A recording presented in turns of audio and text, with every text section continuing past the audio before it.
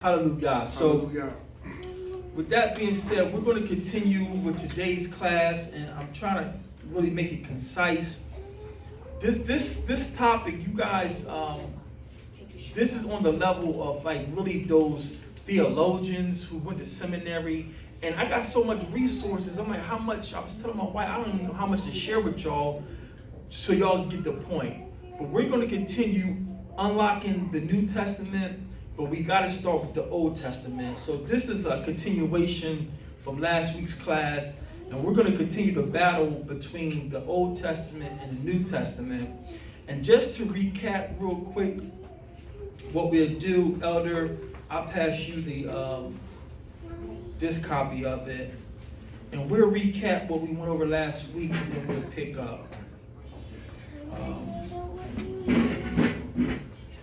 So we're going to continue unlocking the New Testament, but we first have to start with the Old Testament and show you how the Old Testament became adulterated, not by the white man. The Old Testament became butchered by our elders who became known as the Talmudists. So even the Old Testament has some things in it that we got to look at closer. And as we finish, hopefully we finish today's class looking at the Old Testament, we'll transition into the New Testament next week, and that's going to take a deeper study, looking at the Greek fragments. But this is vital because we're not trying to destroy Christianity. Well, SELAH, I'm lying about that. We are trying to destroy Christianity, but we're not trying to destroy the Christians who are our brothers who don't know what they're doing. So we want to destroy the works of Satan, but not our brothers and sisters inside the church.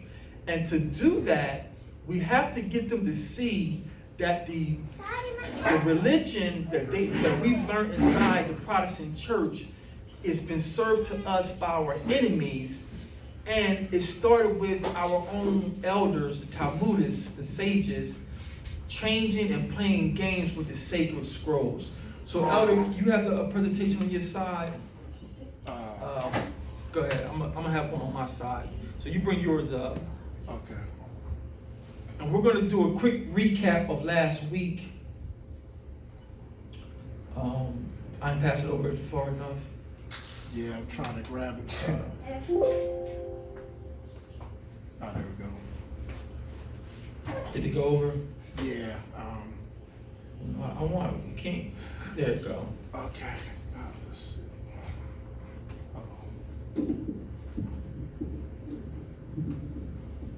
And Elder, you can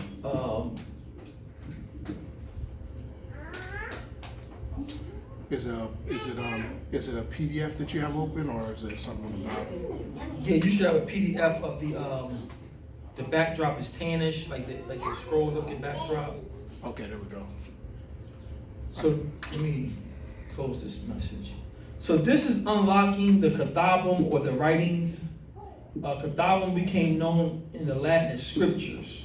And we're going to take a look, and last week we started comparing the Masoretic text against the Septuagint.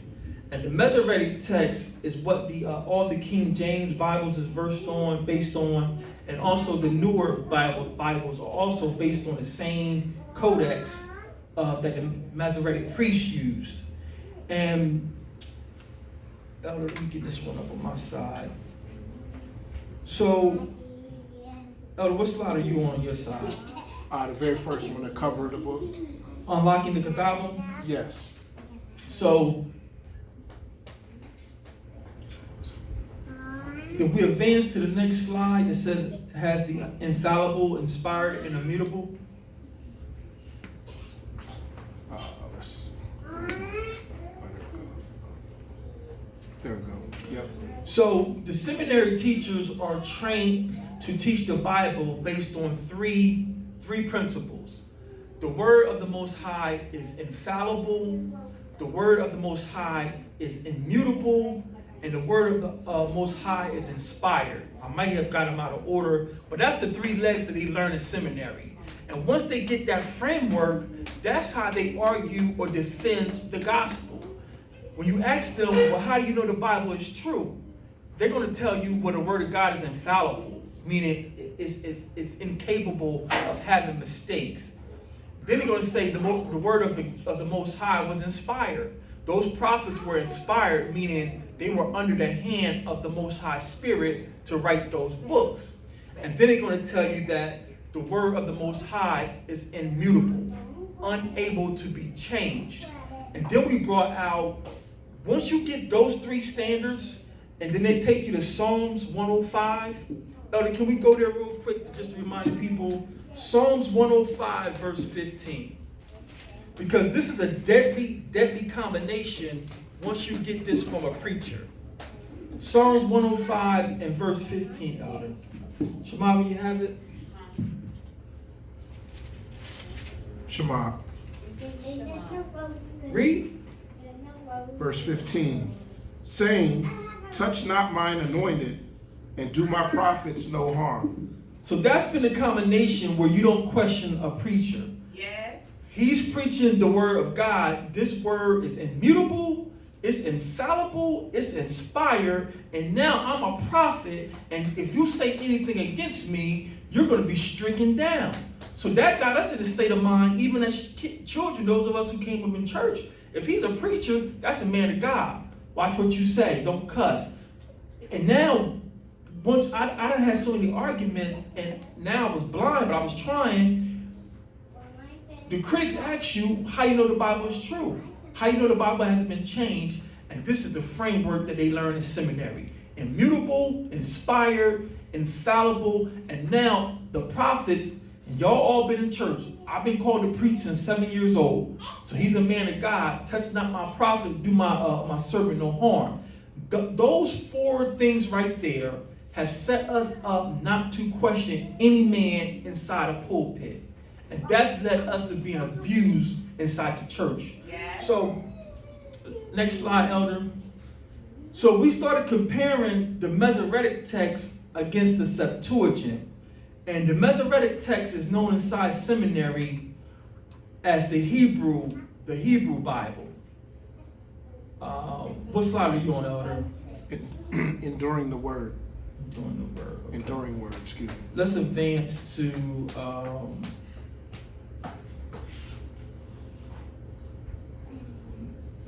slide number 6, criteria.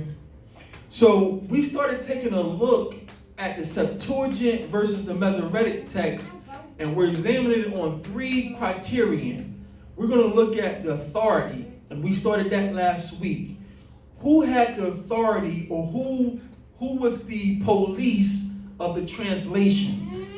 And then we started looking at the reliability of the 2 different texts. Is the Masoretic text more reliable than the Septuagint text? And we left off examining, we went over Josephus, how Josephus had in his record the whole ordeal, how the Greek Septuagint came into existence, and how that Greek king was honored to have a holy record of the most holy people on earth translated into a tongue that he could understand. And that Greek king name was Philadelphus, and he blessed the priest, and he blessed Eleazar, who was high priest, with much gold and silver to take back to Judea. And he says, take this back to your temple. And more, these records are verified, family. I'm just trying to give you the nuts and bolts. You can do this, the more legwork, and the resources are endless. So the Septuagint, it seems, is starting to have more validity than the Masoretic text. But I don't want to influence you. I just want to remember, we don't indoctrinate. We just share the information and you make it your own. So the authority, the Septuagint was translated under a high priest who was righteous, Eleazar. Not only that, it was commissioned by a Greek king who had the authority to kill you. So if our elders tried to be slick and try to give him a tainted scroll, and he had one of his people who could read Greek, he would have had us all killed. So the Septuagint has, the authority factor is really on the Septuagint side. When the Masoretic Bible became to be translated in the 900s, the high priesthood was destroyed. The high priesthood was sold to the highest bidder. it was in the hands of the Herodians, the Edomites. So we know we can't trust the Edomites. So we had no one to examine this scroll by the Masoretes to say, hey, is this a good translation or not? So the Masoretic text has no authority of proving what these people did. So with authority, we got to give it to the Septuagint. Not only that, we brought out Philo mentions it in his record. And Philo says that it was examined, and it was examined twice, and the Greek speakers from our elders and the actual Greeks who were in Egypt says, man, this thing is powerful. So nowadays, we're in a culture that has no principles, no morals. But Philo and Josephus lived in an era where if you penned something that was false, well, you're going to get exposed because the people they were writing about were still alive. So if you wrote something that was false and they got your record, man, Philo is garbage. So the fact that Josephus and Philo vetted the Septuagint, that adds more weight to the Septuagint. It gives it more reliability. So the next slide, Elder, I think we ended with looking at Philo. We got a couple more points to go over to strengthen or to examine the reliability of the Septuagint. The reliability of the Septuagint. And the next one we're going to go to is the history of the Jews. Now, I have a copy in-house to pass around, and I'm going to have a digital copy for Sister Barb.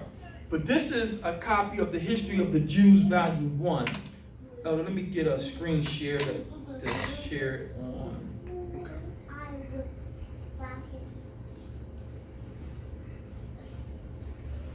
And so, I'm going to pass that over to, can you grab it yet? So we're going to read just a paragraph and a half from the history of the Jews. And this man, I think he actually is a Khazar. But he took the records that he had when he got to Jerusalem, and he's verifying the story about the Septuagint. Again, this man is writing a record, and for your book to have some validity to it, you don't want to put anything in your book that's not true. So let me do a screen share, Elder. Let me see the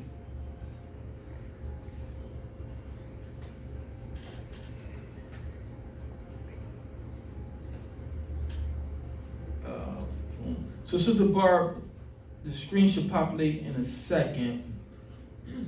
Let us know if you can see the screen, Sister Barb.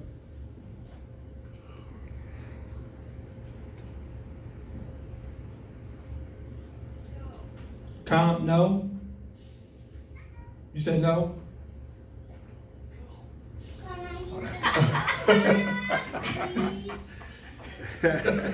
thought she said no. Okay. Sister Barb, hopefully you can see the PDF.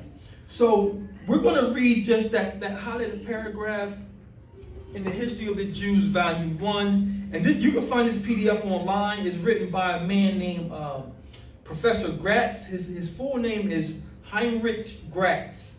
And he's a professor, became all praises. So we're going to read his little reference to the Septuagint. And this is found on page 350. Let me get it in this. And like I said, you don't have to buy this. I think his volume is 10 volumes.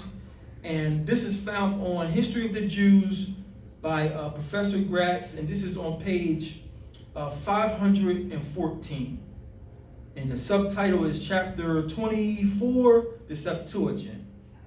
Shimon? Can you see it on there? Is it big enough? Yeah. Okay. So we're going to start with that paragraph that says, the Great Estimation. The Great Estimation, in which this work was held by the Greek-speaking Judeans, and in time also by the heathens, gave rise to legendary glorifications, which were finally, about a century later, crystallized in a story which relates the origin of the translation was due to the steps taken by Ptolemy Philadelphus, whose attention had been attracted to the value of the book of the law by his librarian, Demetrius. Demetrius declared it worthy of a place in the royal library, provided it were translated into Greek. Thereupon the king sent his ambassadors to the high priest Eleazar with costly presents, requesting him to choose several wise men equally versed in Hebrew and in Greek, and to bid them repair to his court. The high priest selected 72 learned men, taking representatives from the 12 tribes, 6 from each, and sent them to Alexandria, where they were received with great pomp by the king. The 72 delegates finished the translation of the Torah in 72 days, and read it aloud before the king and all the assembled Judeans. It was from this legend, looked upon till recently as an historical fact, that the translation received the name of the 72, or more briefly, the 70 Septuagint. So he's adding, he don't want to commit to say it's a fact, but he want to add it to his volume, because if you don't, then no one's going to accept his work. So he's sort of trying to be like neutral, Switzerland, and saying the story of legend. And what's confusing people, and you will hear some brothers say that Septuagint was full of errors. And what they fail to realize, and I believe we brought it out with Josephus, there was another Greek copy of our Pentateuch before the Septuagint. And that was translated by the brothers who already went to Egypt running from Babylon. And Yah says, woe to them who go back to Egypt. So we had Israelites, Jews living in Egypt way before the Septuagint, and they tried to make a Greek copy, but they only had the 5 books of Moses. And that librarian Demetrius like, this copy, this translation is really terrible. That's what caused Demetrius to tell Philadelphus, the Greek king, hey, won't you send to Palestine, Judea, and ask Eleazar to send some elders here? Now, he wasn't really asking because he's ruling. He's a Greek king. He pretty much was telling Eleazar, send your elders to translate the Torah. But he showed love and diplomacy because we had helped him win wars. So this man, Professor Gratz, is trying to use a legend story. He don't want to commit to it, but the fact that he put it in his book adds more reliability to the Septuagint. So let's go to our next piece of evidence or support is in the proofs of the interpolations. And also we have a copy in-house. And I'm going to have to share my screen again, get a new share. We want 21.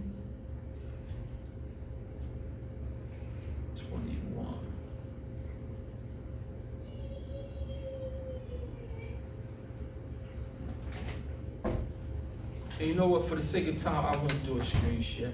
So I'm just going to read from this book. Let me stop the screen share so we don't have to keep going back and forth. So this is a book we've read from many times. And I do have the PDFs. Sister Barb, you do have the PDF too.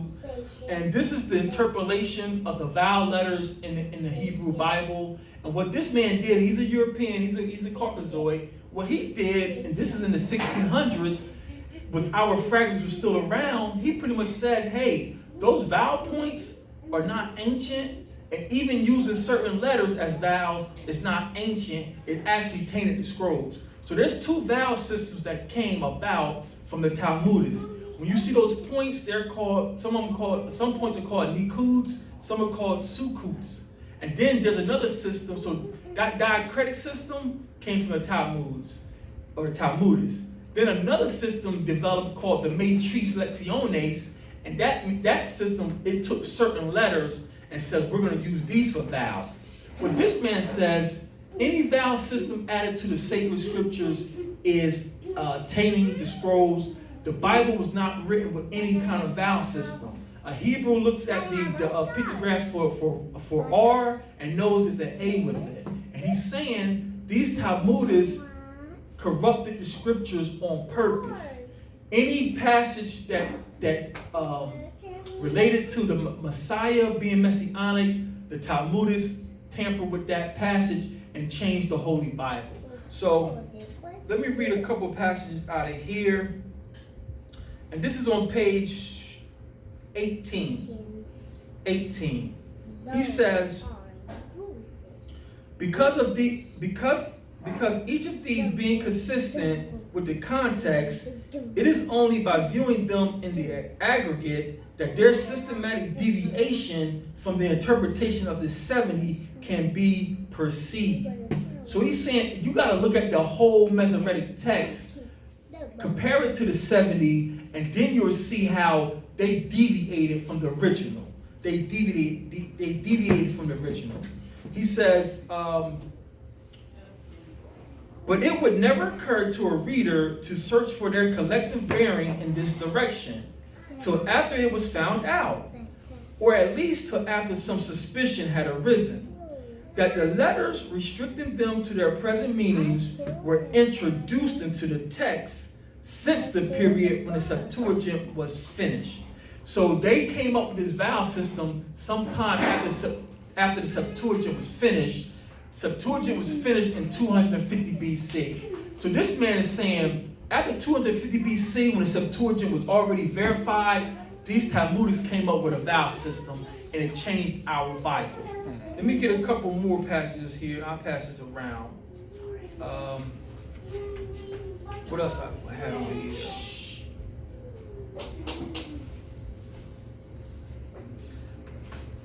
Go to page 28.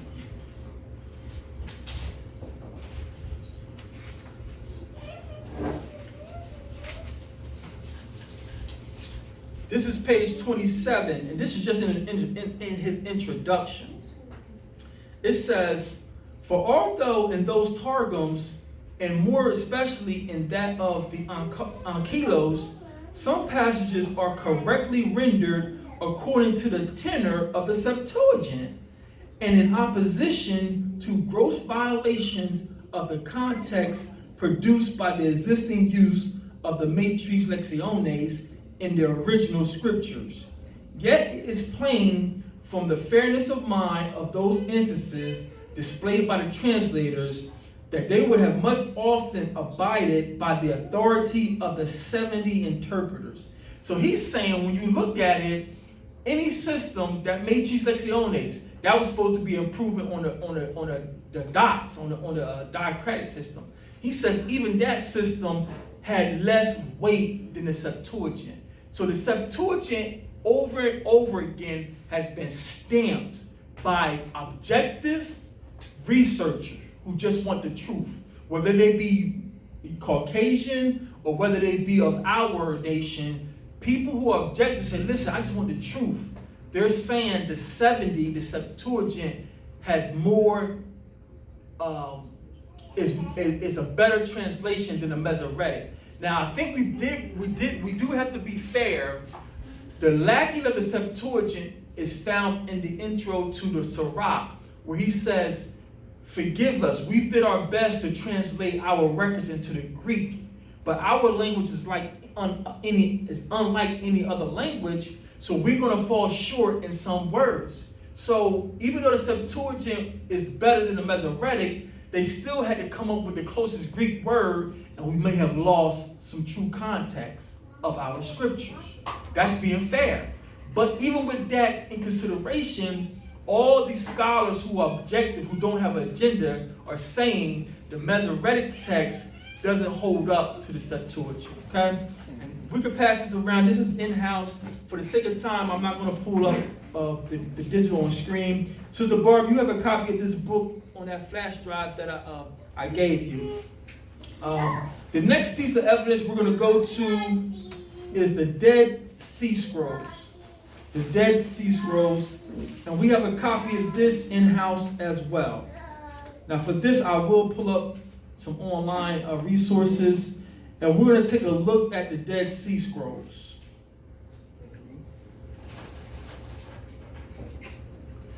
So Elder, I'm going to pass this over to you, this first one. And Elder, as we finish with them, just close them up so we don't get confused. Okay. All right. So now we're going to take a look at the Dead Sea Scrolls. The Dead Sea Scrolls.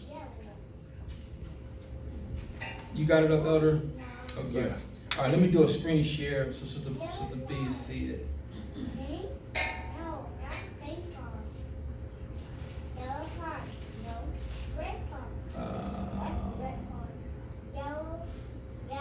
And Elder, if you can just go down, I think it's the second paragraph. How the second paragraph starts. 3 of the most important biblical texts. Okay. That's it? Yes, sir. All right. I'm going to try to magnify the screen. Don't you do it again. What you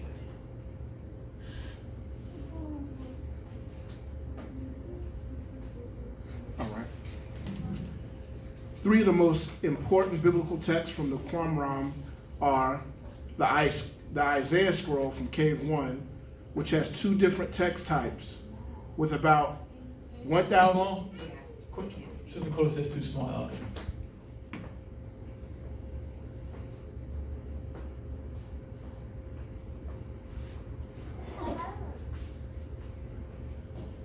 Yeah. Oh, that's too big. That one before it hit. So it's good. Yeah. Okay. 3 of the most important biblical texts from the Qumran are the Isaiah scroll from Cave 1, which has 2 different text types with about 1,375 differences from the Masoretic text. The Habakkuk commentary from Cave 1, which uses the Pesher method of interpretation, and the name Yahweh is written in Paleo-Hebrew. The Psalm scroll from Cave 11 contains 41 canonical psalms and 7 apocryphal psalms mixed in among them. The order of the psalms differ largely from the Masoretic text. Want to continue? Yeah, the paragraph that says the Dead Sea Scrolls, originally the Dead Sea Scrolls. Is it the third paragraph? It says originally the Dead Sea Scrolls. That's the first paragraph. Okay, first paragraph, I'm sorry. Well, I think it says the Dead Sea Scrolls like the magnificent Isaiah scroll, that one? I think it was that third one. It says originally the Dead Sea Scrolls were considered.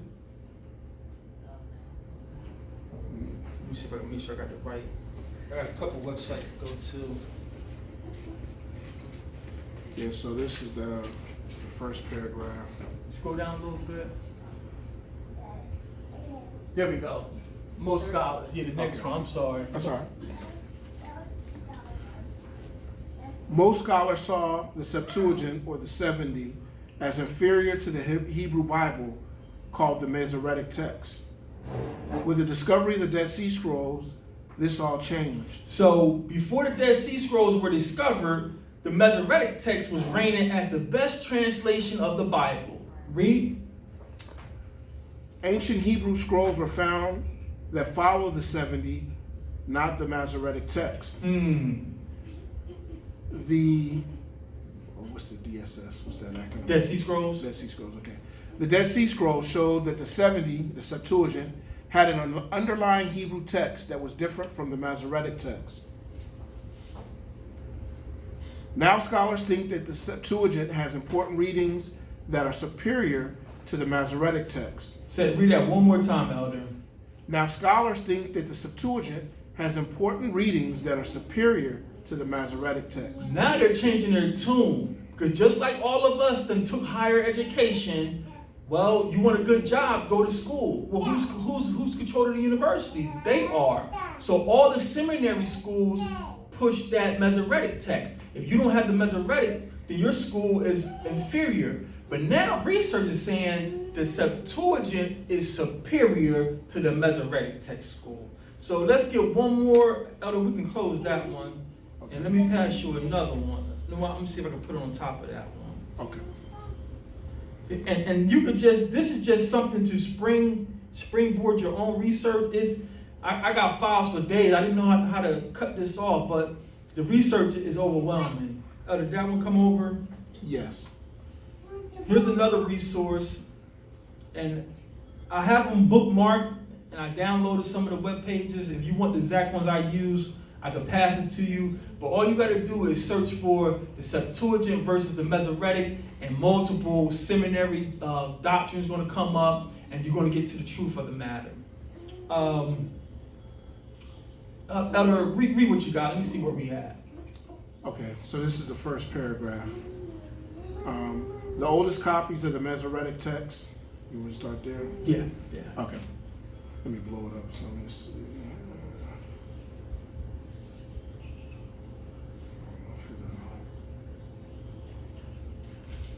Because this has graphics in it, it's going to be kind of... Ads may start popping up. This is how we be Bereans, family. This is how we gotta lay our case out to show the Christians that everything they're believing in came from tainted scrolls.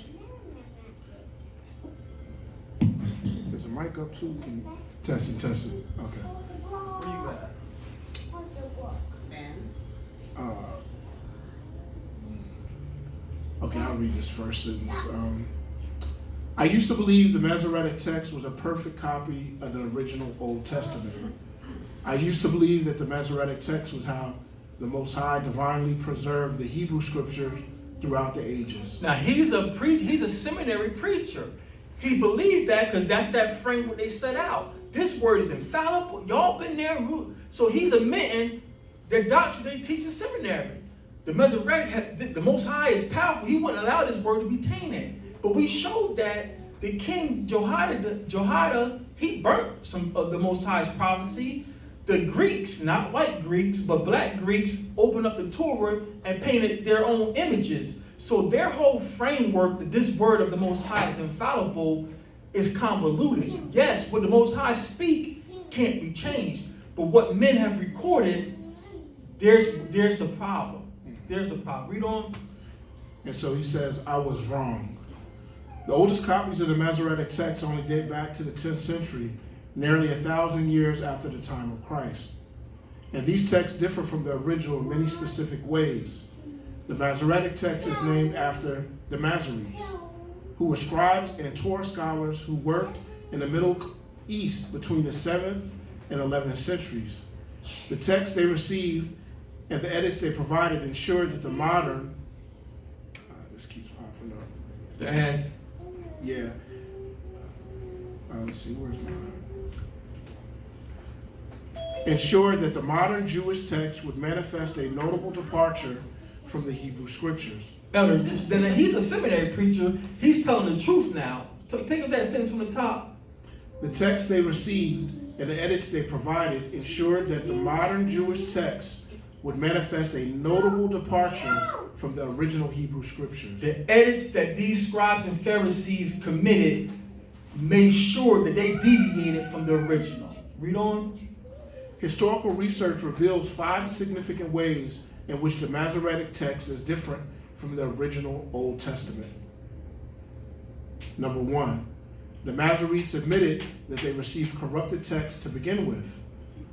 Number 2, the Masoretic text is written with a radically different alphabet than the original. Once they came up with those vowels, those points, and even the letters they turned the I into a vowel, the Y into a vowel. Once they came up with a new writing system and then telling people that now you pronounce words like this, and now instead of saying Yah and Yahweh, you got to say Lord and Adonai, your translation is garbage. It's garbage. But these Masoretic priests who became Talmudists are the scholars. So to the working man, like me and Elder, we're peasants. Do you have a scroll inside your hut? Well, no. Well, then you don't know what you're talking about. These are the descendants of the men that the Messiah was arguing with. When he says, woe to you scribes and Pharisees, well, these Masoretes are their sons. These are the ones who crucified our king. So what am I saying, family? In plain English, the Masoretic text is an extension of the Talmud. Is an extension of the Talmud. And I'm getting ahead of myself, but every messianic verse, they taint it and change. So what we've been hailing as the true translation is a work of the Talmudists. Continue on, Elder. Point number 3, the Masoretes added vowel points which did not exist in the original. Point number 4, The Masoretic text excluded several books from the Old Testament scriptures. Point number 5, the Masoretic text includes changes to prophecy and doctrine. Wow. Queen, you got your scroll open. Can you go to Deuteronomy chapter 4, verse 2? Deuteronomy chapter 4, verse 2. The Barroom chapter 4, verse 2. These are the words. Ye shall not add unto the word which I commanded you, neither shall ye diminish aught from it, that ye may keep the commandments of the Most High Elohim which I commanded you. It's a Torah law that you are not to add from his words or take from his words. These Talmudists call themselves righteous, have added and taken away from prophecy. So this Masoretic text is blasphemous, it's demonic. It's demonic. Let's go to, for the sake of time, let's go to one more reference, Elder. And I'm gonna pull this one over to you. And family online, please let us know if the screen is sharing. And this is gun lies and forgery. You got it, Elder. Yeah.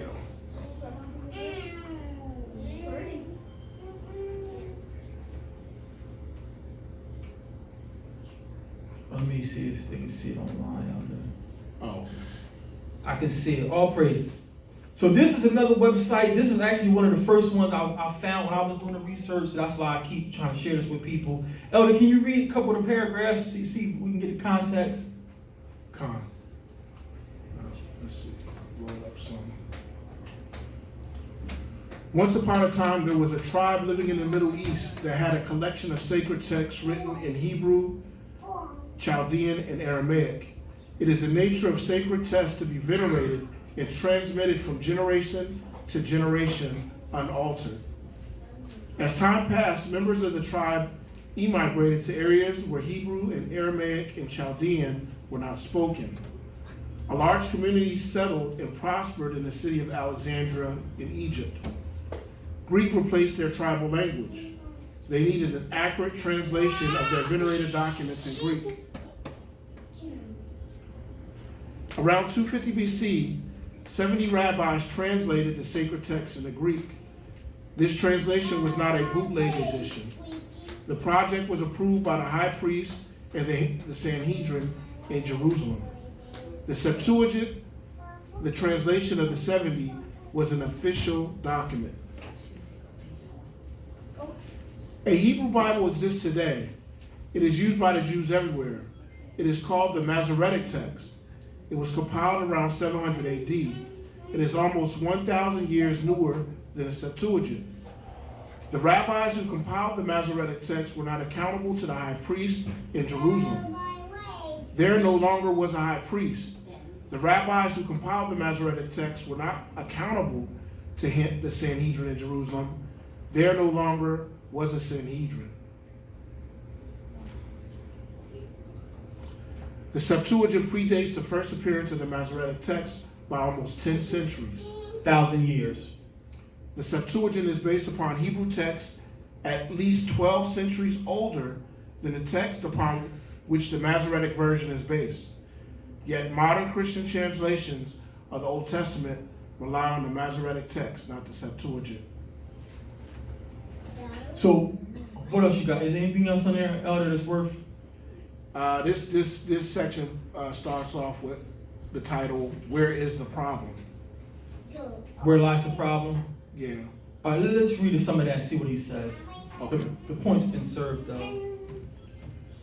Most of the quotations from the Old Testament in the New Testament use the Septuagint as their primary source. So now we're getting ahead. I'm just going to let it flow. Now we're crossing over into testimonials, because we now know the Masoretic text has no authority. When it was translated in the 900s, 1,000 years after the Septuagint, our government that the Most High set up was gone. So these men were not held accountable. So the Septuagint is superior in authority. Now we've been verifying the reliability of the Septuagint.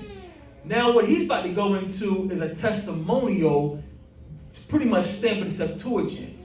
What he's saying is, when our elders in the New Testament era, including our king, quotes the Old Testament, their quotes line up verbatim almost with the Septuagint, never with the Masoretic text.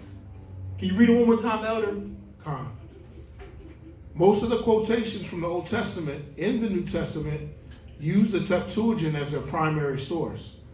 The integrity and truthfulness of the Septuagint is completely dependent on the Septuagint being a truthful translation. Discredit the Septuagint, and there is no New Testament. So these wicked rabbis, and I just gotta let it flow, y'all, because if I keep, we'll be here forever if I keep pulling these documents up. I have the documents. What happened is the Talmudists got jealous, and they says, well, now these Christians talking about the real Greeks and some of us Nazarites, now people are going to flock to them as the scholars. We don't want to lose our position as the scholars. So they hired men to write tainted Greek translations. So now we're muddied up the waters.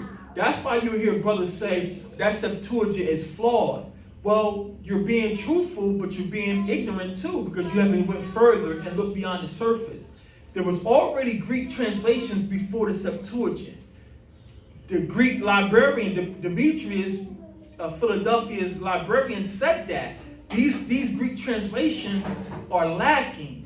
That's why we got the 70 elders come in, but this Greek translation became known as the 70 is superior to any translation. So when the brothers say the Septuagint is lacking, they haven't went deep enough. They're referring to those old previous Greek translations, and then you may have come across those ones who were hired by the Talmudists to write ignorant stuff in Greek and says, see? So now if I travel to Russia to someone who never came across a real Septuagint, and I say, look at what this Greek is saying, I take all Greek translation, because this man in Russia is going to say, oh yeah, this rabbi came through and that Greek translation is garbage. That's what happened. The rabbis hired men to write bad Greek translations. They muddied up the waters because they know the Greek Septuagint is far superior than what they had. So we're going to be the dead horse. The last thing I'm going to bring up about the Septuagint is, and this is right on Wikipedia, but I have a document. If you want to see this document, this woman did some research. This is off Wiki, but I got a document from 1981. This woman who did her thesis in theology, she verifies what this article is saying. Did you get it, Elder? Yes. Let me put my mouse down. So the scribes who wrote the Masoretic text, they became known as Saphirim. Saphirim is just a word for scribe or people who write. And they did something that became known as Tikkun or Tikkun Saphirim. Tikkun Saphirim is the emendations of the scribes or the amendments of the scribes. So this is right on Wiki, but I have a document where this woman went in detail. She's doing her thesis in seminary studies, and she takes a look at the Masoretic text versus the Greek Septuagint, and she has all the passages highlighted where the Masoretics stray way far from the original. So let's just read what Wiki got about these scribes and Pharisees. Is there any particular section? When it defines what Tikkun Saphirim is.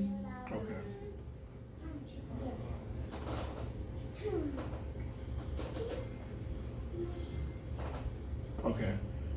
Fixing of the text. Fixing of the text. The earliest laborers of the Masoretes included standardizing division of the text into books, sections, paragraphs, verses, and clauses, probably in the chronological order here enumerated. The fixing of the orthography, pronunciation, and cantillation, the introduction and the final adoption of the square characters with the 5 final letters, some textual changes to the guard against blasphemy and the like. Though these changes may predate the Masoretes, see the Tikkun Sephirim below. You want me to skip to that? Yeah, skip it to Tikkun Sephirim. Okay, here it goes. Early rabbinic sources from around 200 CE mention several passages of scripture in which the conclusion is inevitable that the ancient reading must have differed from that of from the present text. So 200 CE, they're trying to be tongue-in-cheek and don't recognize our king. But this is 200 AD, the Roman time in the year of our Lord. So they're trying to say CE is common era to confuse people. So this is 200 AD. Now, 200 AD just happens the time that the first, the Mishnah was actually finished. So one of the rabbis, Akiba, just finished the Mishnah, the first part of the Talmud in 200 AD. And now these scribes come out and they stamp something called Tikkun Sephirim, meaning the changes we made are it's not funny. The changes that we made to the Bible, to the Word of God, are authentic. Authentic to who? Authentic to the rabbis. So they, within them own selves, it became a competition. Well, who made your change? Or Rabbi Akiba, or Rabbi so-and-so.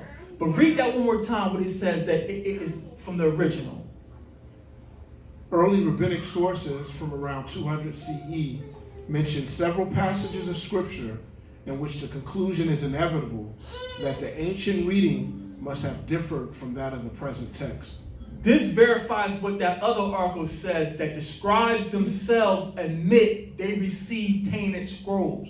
Because our people are so ancient, the rabbis became the dominant. So it was like, I'm receiving everything from my rabbi. So their commentaries, known as midrash in our community, their midrash became the oral law. It surpassed the law of Moses, and all their changes became certified. What rabbi made the change? Or Akiba, or I forgot some of their greats. But their sages became superior to Moses in rabbinical schools. They surpassed Moses. Are you kidding me?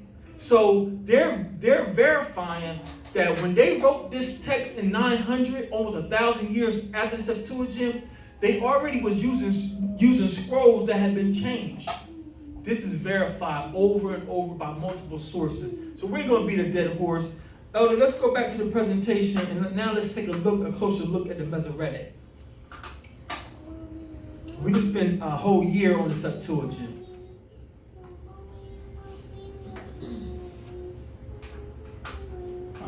You want to start at the reliability of the Masoretic text? Yeah, let me stop this share and get back to your presentation.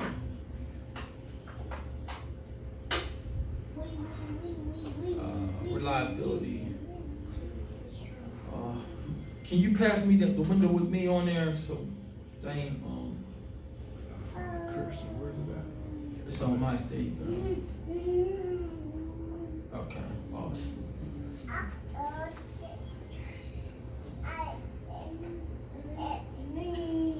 Okay, so now let's take a little closer look at the Masoretic, because we gotta be fair. We want to be objective. If their translation is superior, we'll keep it. We don't have a dog in the fight. We just want the truth. So the reliability of the Masoretic, we pretty much started addressing this because all these themes overlap. So here's what we know about the Masoretic. They changed or invented a language. When those men started adding dots, whatever you want to call them in your tongue, recruits and secruits, those dots are blasphemy. When you say, okay, take these 5 letters and make them vowels, that's blasphemy. So for the fact that they're writing their copy, their Masoretic text with a man-made language, it proves that their copy is not reliable. The second thing on there, Elder, what else is on there, Elder? It says, Saparam, scribes, admit using corrupted source materials, the Tikkun Sephirim. So the scribes themselves had to come clean because, again, we had Nazarites who were alive and they were studying under righteous Nazarites, the apostles. So the apostles are just the generation who walked with the king, but we had generations like, we're not messing with you Talmudists. We're Karites. And Karites just mean we accept the written text of what Moses wrote down. Miss me with all that, this is what he didn't write down when he was in the cloud. That's your garbage. So we had Karites who became Nazarites, and our elders stayed with what Moses had. So for the fact that your language was invented, your own scribes admitted that their elders passed them down some tainted scrolls. And then the third thing on their elders, No New Testament elder quotes from the Masoretic text. if this was a bomb, this is when the bomb would go off. No elder from the New Testament, including our king, when they quote the Old Testament, ever quoted from the Masoretic text, because it wasn't around. It wasn't around. Our king was killed in the Roman era of 32, 33. We're going to spit hairs. You didn't invent this to 940, 950 something. And even after the king was crucified, Paul, Peter, none of them they wasn't around. They were dead by the time this was finished. So you don't have nobody that us Nazarites respect quoting from your book. Your book is finished. It's garbage. Now you add to the fact what Elder read that they changed all the messianic prophecies and try to play word games. Now, our Nazarite elders say you have a demon. Anyone's trying to undermine our king and change prophecies about the king, you are under the influence of Satan. So the Masoretic text in plain English is an extension of the Talmud. It's just been dubbed by all these seminaries and preachers the King James. Now you got brothers who say they take pride in, well, we read from the King James, 1611. Congratulations, just do a little bit more study. It's still tainted. The Septuagint is the better copy of our scrolls. Next slide, Elder.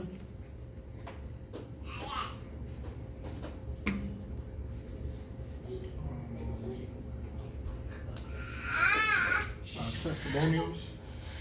Now, let's have some testimonials. Let me pull a couple up. I got the websites up. We already had some, like I said, the material overlaps, but no New Testament elder quotes from the Masoretic text. I'll close this one. Okay. The oldest translations of the entire Masoretic Tanakh tend to come from the Leningrad Codex of 1008 AD. There's another from 925 AD, but nothing before that date has all the books of the Tanakh. So our oldest Masoretic texts are from a rather recent date. There are a few Torahs from further back than that. There are partial scrolls from further back than that. But often the translation we generally get is from the text that is only about 1,000 years old.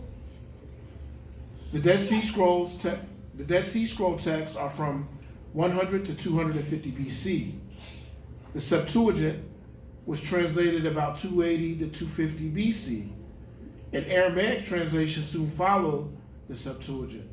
Some of the Dead Sea Scrolls are as old as the Septuagint and Aramaic Targums. Some are not, but they are in Hebrew, many in the Paleo-Hebrew letters that were used before the Masoretes switched to using Aramaic letters for writing Hebrew.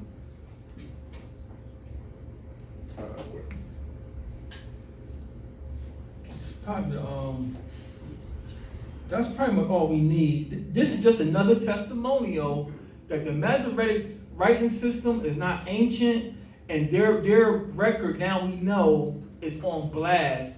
Their translation is tainted, and it's tainted on purpose. Not because it was scribal errors where my eyes is tired and I'm innocently changing lines, because that happens sometimes. The scribe is tired and he'll mess around and write the verses on top, he'll write it again at the bottom. No, the Masoretic purposely changed the word of the Most High in direct violation of Deuteronomy 4:2. Do not add or take away the words of this book. So the Masoretic book is pretty much, it's the best. praise the Most High for defiled bread is better than no bread. But now it's high time for us to dig further. Now we got to try to wake up the Christians. We got to get to the root of the matter and show them even your King James has been tainted and has been just butchered, but it's part of the curse. We don't blame nobody, even though these are our elders. Had we not missed the mark, these elders wouldn't have had this power over us. But the Most High says, you're going to eat defiled bread among the Gentiles. And now we know it was spiritual defiled bread, and it was, of course, y'all know it was physical defiled bread. We see it unfolding. But to win these Christians, our families who have a humble ear, we're going to drill down and show them how everything from your Bible to your seminary doctrine is going against the words of the Most High. Next slide, Elder.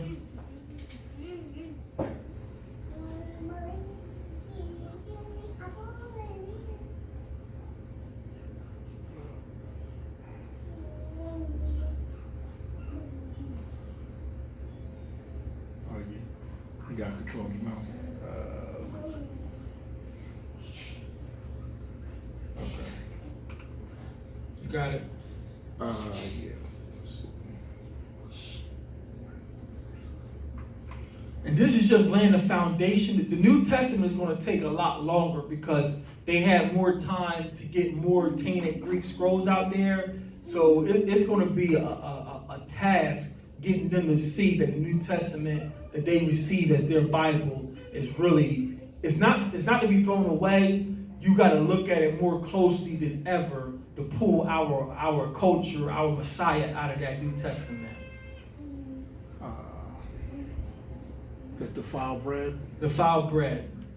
What's on that one? It just says chapter divisions. So another thing that's part of the defiled bread we're eating is chapter divisions. The chapter divisions are convenient. Praise the Most High. He knew that we was going to be speaking all these different slave tongues. But the chapter divisions they helped, but they also changed the interpretation, because now in our minds, the end of the chapter, we're moving on to another subject. And y'all know, y'all been reading it like, well, that verse could have been added to the last body. So this man who was not an Israelite, he was not a Nazarite, he called himself being a scholar. He put chapter breaks in here. His name escaped, Robert Etienne or something. You can look him up. Just Google Bible chapter breaks.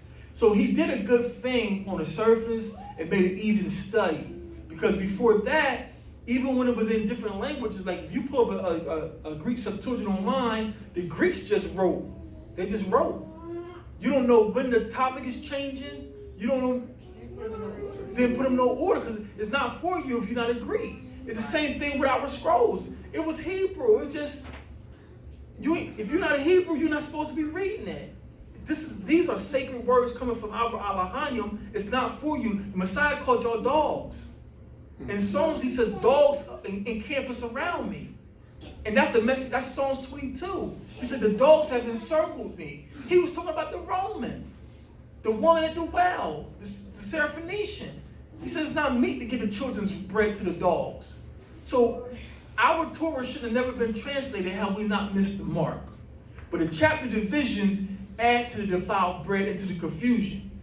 Y'all see it yourselves. Like, he hadn't changed his topics, so why you did a chapter break? Again, a stranger, a foreigner, have no business with our scrolls, making our bread defiled. Next slide, Elder. I think we about done here. Round 2. So we just laid the foundation for unlocking the New Testament. And this is, family, this is hours of research try to condense into short sound bites. I was getting frustrated how much to share, how much to bring out, because y'all see doing these screen shares and pulling is so much work. I got whole folders of records upon records that the Masoretic text is not the best translation. It's been tainted on purpose, and that paved the way for the New Testament to be greatly butchered. Greatly butchered. So this is So what we're reading now is the Masoretic. the Masoretic text. And the whole word Masoretic is based on the Hebrew word Masorah. Masorah translates back to traditions. Traditions. So these are men following the traditions of their elders, the rabbis and sages, and because they hate the Messiah, they tainted the scroll. And it was all done like you're gonna hear seminary preachers say, well, yeah, his name was too holy to be uttered, so they just used Lord and God. But he himself says, when you get in trouble, call on me.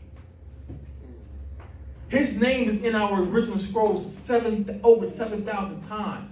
He says, when you call on me, I will hear you and I will come to you. But now you're telling me his name is too holy, so we're going to use Lord, which means Baal. Now, what sense does that make? I'm going to call him Baal? And then you got the English calling their husbands Lord. I'm going to call my father by a name you call another man? Our Father is holy. He's sacred. I'm not calling him nothing that you call your husband. Defiled bread, y'all. So this is just a foundation. We're going to go through the New Testament letter by letter, and we're going to try to show our family how you have to be Bereans and dig inside those letters, and you can see that Paul and all the elders are writing to Israelites, to Yasha'Allah. And we're going to show you how their Trinity and their Christianity from the Catholics creeped inside the New Testament. Hallelujah. Hallelujah. So that's it, fam. That's round one, unlocking the New Testament. We'll continue next week, y'all willing, with the New Testament, starting with Paul's letter. We're going to take the New Testament in the order that we know it to be: Matthew, Mark, Luke, John. And we're going to go letter by letter, showing our families that, take a step back. These letters are written to our nation. It's not written to foreign nations. It's just the facts of the case. We're not being vain or gatekeepers. It's just the facts of the case.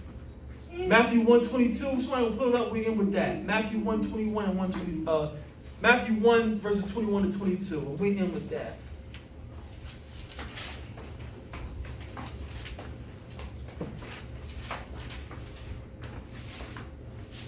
Matthew 1 and 21.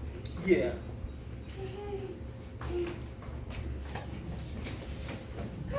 Hold on, sis, I'll give you this.